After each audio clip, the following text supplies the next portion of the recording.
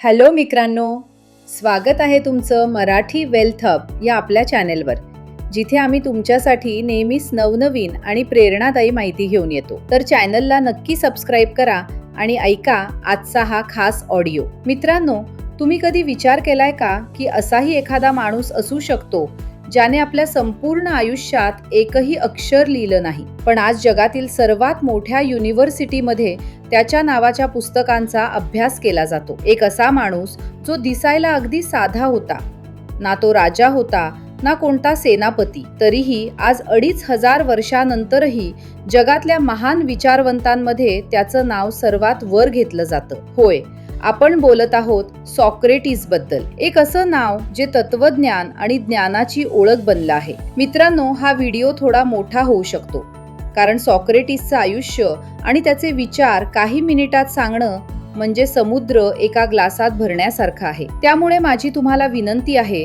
की हा video save करून ठेवा, जेणेकरून तुम्ही वेळ मिळेल तसा तो आरामात ऐकू शकाल. यातील प्रत्येक अध्याय तुम्हाला एका नव्या विचाराकडे घेऊन जाईल. तर मग तयार व्हा आणि माझ्यासोबत चला आजपासून 2500 वर्षापूर्वीच्या एथेन्स शहराच्या गल्ल्यांमध्ये आणि भेटूया अशा एका महान माणसाला ज्याने म्हटलं होतं, स्वतःचं परीक्षण न केलेलं आयुष्य हे जगण्यालायक नसतं. रहस्यमयी सॉक्रेटिस, एक असा माणूस ज्याने स्वतः काहीच लिहिलं नाही तरीही जग त्याच्याकडून शिकतं. कल्पना करा, तुम्ही जुन्या एथेन्स शहराच्या एका गजबजलेल्या बाजारात उभे आहात. सगळीकडे सुंदर इमारती आहेत, लोक रेशमी कपड्यांमध्ये फिरत आहेत, व्यापारी माल विकत आहेत आणि नेते भाषणं देत आहेत. याच गर्दीत तुम्हाला एक वेगळाच माणूस दिसतो. त्याच्या पायात चपला नाहीत, अंगावर जुने आणि साधे कपडे आहेत, चेहरा फारसा आकर्षक नाही, नाक बसकं आणि डोळे मोठे. तो कोणताच श्रीमंत व्यापारी वाटत नाही किंवा मोठा नेताही वाटत नाही.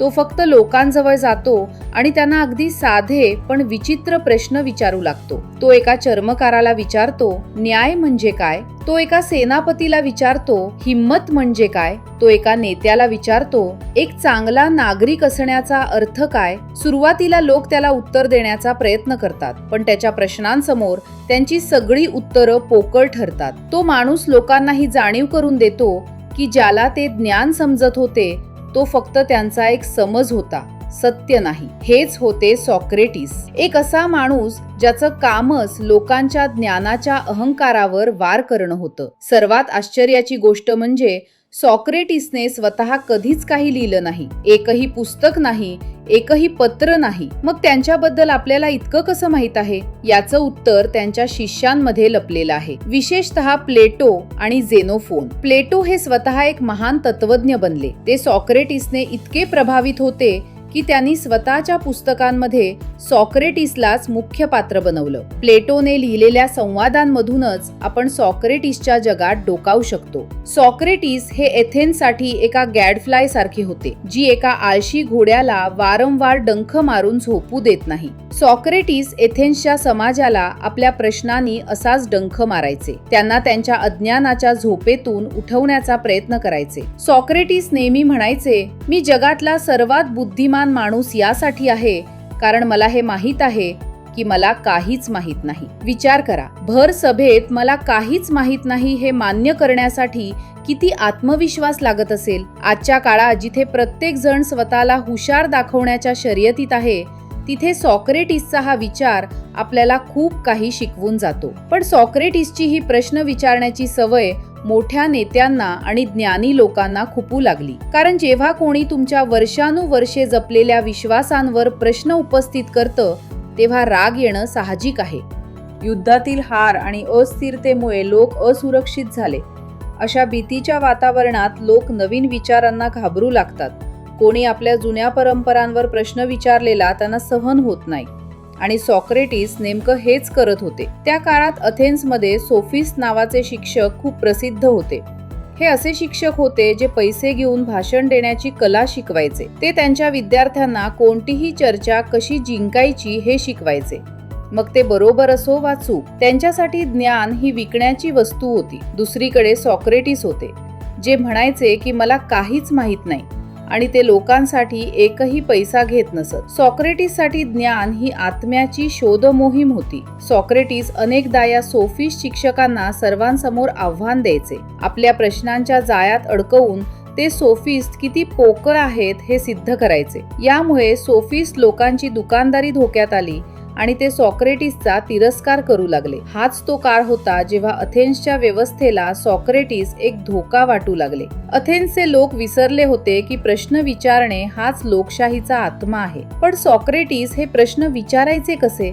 त्यांचा तो मार्ग कोणता होता हे आपण पुढच्या अध्यायात जाणून घेऊ. सॉक्रेटिक पद्धत. आता आपण सॉक्रेटिसच्या त्या हत्याराबद्दल बोलणार आहोत जे कोणत्याही तलवारीपेक्षा जास्त तीक्ष्ण होतं. हे कोणतंही भौतिक हत्यार नव्हतं. हा होता त्यांचा विचार करण्याचा आणि बोलण्याचा मार्ग, ज्याला आज आपण सॉक्रेटिक पद्धत म्हणतो. ही पद्धत इतकी ताकदवान आहे की आजही जगातील टॉप लॉ स्कूल्स आणि बिझनेस स्कूल्समध्ये याचा वापर होतो. सॉक्रेटिसचं म्हणणं होतं की ते कोणाला काहीच शिकवू शकत नाहीत, ते फक्त लोकांना विचार करायला भाग पाडू शकतात. ही पद्धत कशी काम करते? समजा सॉक्रेटिस एका सेनापतीला भेटतात जो दावा करतो की त्याला हिम्मत म्हणजे काय ते माहीत आहे. सेनापती गर्वाने म्हणतो, हिम्मत म्हणजे युद्धात न घाबरता आपल्या जागेवर ठाम राहणे. मग सॉक्रेटिस म्हणतात, खूप छान, पण समजा एखादी सेना रणनीती म्हणून मागे सरकते जेणेकरून शत्रू जाळ्यात अडकेल,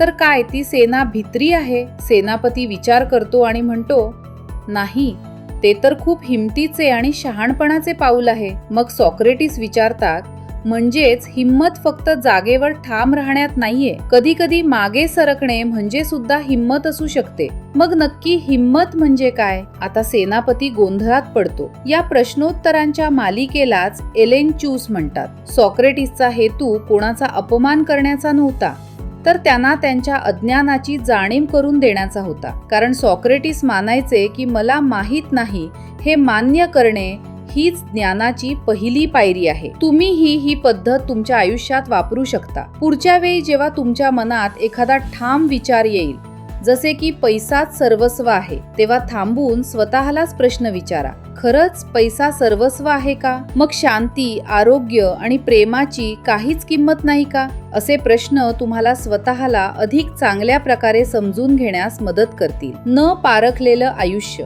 तुम्ही खरंच तुमचं आयुष्य जगत आहात का? सॉक्रेटिसचं एक अतिशय प्रसिद्ध वाक्य आहे, स्वतःची पारख न केलेलं आयुष्य हे माणसासाठी जगण्यालायक नसतं. हे फक्त एक वाक्य नाही, तर सॉक्रेटिसच्या संपूर्ण तत्वज्ञानाचा तो अर्क आहे. न पारखलेलं आयुष्य म्हणजे ऑटो पायलट मोडवर जगणं. सकाळी उठणं, कामावर जाणं, जेवणं आणि झोपणं, हेच चक्र रोज फिरत राहतं. आपण एक क्षणही थांबून विचार करत नाही की मी हे सगळं का करतोय, माझ्या जीवनाचा उद्देश काय आहे, मी खरंच खुश आहे का? अशा आयुष्यात आपण फक्त समाज, कुटुंब आणि मित्रांनी दिलेल्या नियमांवर चालत असतो. आपण माणसासारखे नाही, तर एका मशीनसारखे जगत असतो. सॉक्रेटिसच्या मते माणूस आणि प्राण्यामध्ये हाच तर फरक आहे की माणसाकडे विचार करण्याची ताकद आहे. आपल्या आयुष्याची पारख करणं म्हणजे आपल्या आत्म्याची काळजी घेणं. जसं आपण आपल्या गाडीची सर्व्हिसिंग करतो,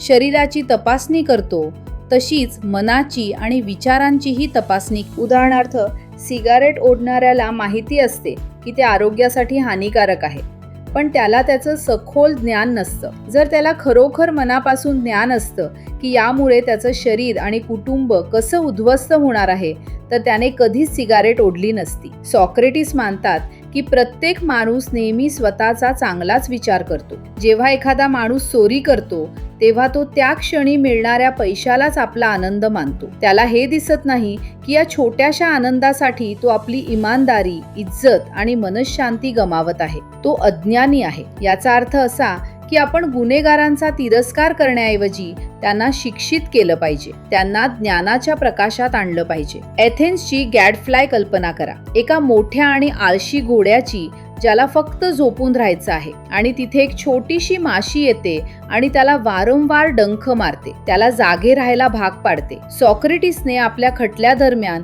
स्वतःसाठी याच गॅडफ्लायची उपमा दिली होती. ते म्हणाले होते की एथेन्स राज्य त्या आळशी घोड्यासारखं आहे आणि देवतेने मला गॅडफ्लाय बनवून या राज्याला जागं ठेवण्यासाठी पाठवलं आहे. घोड्याला ती माशी कधीच आवडत नाही. तो तिला मारून पुन्हा झोपू पाहतो. एथेन्सच्या लोकांचंही सॉक्रेटिस बद्दल असंच काहीसं झालं होतं. सॉक्रेटिस एथेन्सच्या नागरिकांना आणि नेत्यांना त्यांच्या प्रश्नांनी डंख मारायचे. त्यांना त्यांचा मोठेपणा, मूल्य आणि न्यायाबद्दल जाणीव करून द्यायचे. पण जेव्हा तुम्ही लोकांच्या अहंकारावर प्रश्न उभे करता तेव्हा तुमचे मित्र कमी आणि शत्रू जास्त बनतात. सॉक्रेटिसचे राजकारणी, कवी आणि सोफिस्ट हे मोठे शत्रू बनले होते. ते सॉक्रेटिसला मार्गातून हटवण्याची संधीच शोधत होते आणि एथेन्सच्या लोकांनी या गॅरफ्लायला मारण्याची तयारी सुरू केली. अध्याय 7. तो गुरु ज्याला शिष्याने अमर केले. सॉक्रेटिसने स्वतः काहीच लिहिलं नाही,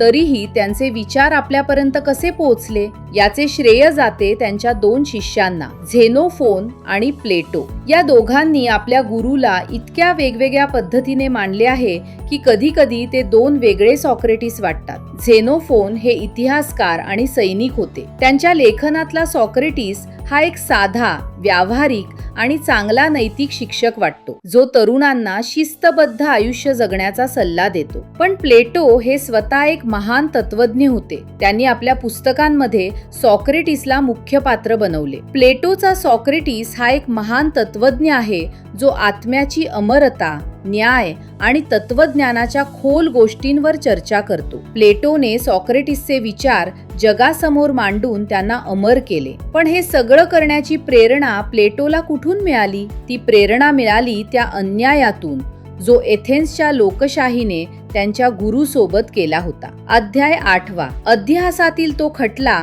जिथे सत्य स्वतः पिंजऱ्यात उभं होतं. इसवी सन पूर्व 399 ची वेळ. एथेन्सच्या कोर्टात 501 नागरिकांची एक ज्युरी बसली होती आणि पिंजऱ्यात उभा होता 70 वर्षांचा एक म्हातारा माणूस. अनवाणी पायांनी आणि साध्या कपड्यात उभे असलेले सॉक्रेटिस. हा कोणताही साधा खटला नव्हता. सॉक्रेटिसवर 2 मुख्य आरोप होते. पहिला, ते एथेन्सच्या देवांना मानत नाहीत आणि स्वतःचे नवीन देव निर्माण करत आहेत. आणि दुसरा, ते तरुणांना बिघडवत आहेत, त्यांना राज्याविरुद्ध भडकवत आहेत. जेव्हा सॉक्रेटिसची बाजू मांडण्याची वेळ आली तेव्हा त्यांनी दयेची भीक मागितली नाही. त्यांनी रडत कुटुंबाला कोर्टात आणले नाही. त्यांनी फक्त आणि फक्त सत्याची बाजू मांडली. ते म्हणाले, मी कोणत्याही देवाचा अपमान करत नाही. डेल्फीच्या देवतेनेच सांगितलं होतं की जगात सॉक्रेटिसपेक्षा कोणीही बुद्धिमान नाही आणि मी फक्त हेच तपासत होतो. मी तरुणांना बिघडवत नाहीये,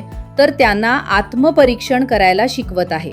सॉक्रेटिस मृत्यूला घाबरले नाहीत, कारण त्यांच्या मते मृत्यू म्हणजे फक्त आत्म्याची शरीरापासून सुटका होती. ठरलेल्या दिवशी त्यांनी शांतपणे विषाचा प्याला एकाच घोटात पिऊन संपवला. मृत्यू जवळ येत असतानाही त्यांचा चेहरा शांत होता. एक माणूस संपला, पण त्याचे विचार कायमचे अमर झाले. सॉक्रेटिसचा वारसा 2500 वर्षांनंतरही आपण सॉक्रेटिसला का लक्षात ठेवतो? कारण त्यांनी दिलेला वारसा आजही आपल्यात जिवंत आहे. सॉक्रेटिसचा सर्वात मोठा वारसा म्हणजे क्रिटिकल थिंकिंग. त्यांनी आपल्याला शिकवलं की कोणतीही गोष्ट फक्त कुणीतरी महान माणसाने सांगितली आहे म्हणून डोळे झाकून मानू नका. त्यामागे तर्क शोधा, प्रश्न विचारा. आजच्या फेक न्यूजच्या जमान्यात सॉक्रेटिसचा हा विचार आपल्यासाठी ढाल बनू शकतो. दुसरा वारसा म्हणजे स्वतःला ओळखणे. पैसा, प्रसिद्धीपेक्षा स्वतःच्या आत डोकावून पहा. तिसरा वारसा म्हणजे बौद्धिक प्रामाणिकपणा. मृत्यू समोर असतानाही त्यांनी तत्वांशी तडजोड केली नाही. सॉक्रेटिस हे एक व्यक्ती राहिले नाहीत, तर ते एक विचार बनले आहेत. निष्कर्ष, आपल्यातील सॉक्रेटिसला कसे जागृत करावे? मित्रांनो, या महान प्रवासाच्या शेवटी आपण आलो आहोत. आजच्या या धावपळीच्या जीवनात आपण आपल्या आतल्या सॉक्रेटिसला कसं जागं करू शकतो? 1. प्रश्न विचारायची सवय लावा. फक्त इतरांना नाही, तर स्वतःला. मी हे का करतोय? यामुळे तुम्ही एक विचारवंत बनाल. 2. बौद्धिक नम्रता बाळगा. मला सगळंच माहित नाही हे स्वीकारण्याची हिंमत ठेवा, तरच तुम्ही नवीन काहीतरी शिकू शकाल. 3. आयुष्याची पारख करा. रोज स्वतःसाठी थोडा वेळ काढा. आज मी काय चांगलं केलं? मी खुश आहे का? 4. तत्वांवर ठाम राहा. कितीही कठीण वेळ आली तरी आपल्या मूल्यांशी तडजोड करू नका. सॉक्रेटिस बनणे सोपे नाही, त्यासाठी धाडस आणि शिस्त लागते. पण हा मार्ग तुम्हाला एक जबाबदार आणि उत्तम माणूस नक्कीच बनवेल. या प्रवासात आमच्या सोबत राहिल्याबद्दल तुमचे खूप खूप आभार. जर सॉक्रेटिसच्या या कथेने तुमच्या मनात एक जरी चांगला प्रश्न निर्माण केला असेल तर व्हिडिओला लाईक नक्की करा. सॉक्रेटिसची कोणती गोष्ट तुम्हाला सर्वात जास्त आवडली ते कमेंट्समध्ये सांगा. आणि अशाच प्रेरणादायी आणि जीवन बदलणाऱ्या व्हिडिओसाठी आपल्या मराठी वेल्थ हब चॅनलला सबस्क्राईब करायला विसरू नका. बेल आयकॉन दाबा, जेणेकरून नवीन व्हिडिओ सर्वात आधी तुमच्यापर्यंत पोहोचेल. लक्षात ठेवा, ज्ञानाचा प्रवास कधीच संपत नाही. धन्यवाद.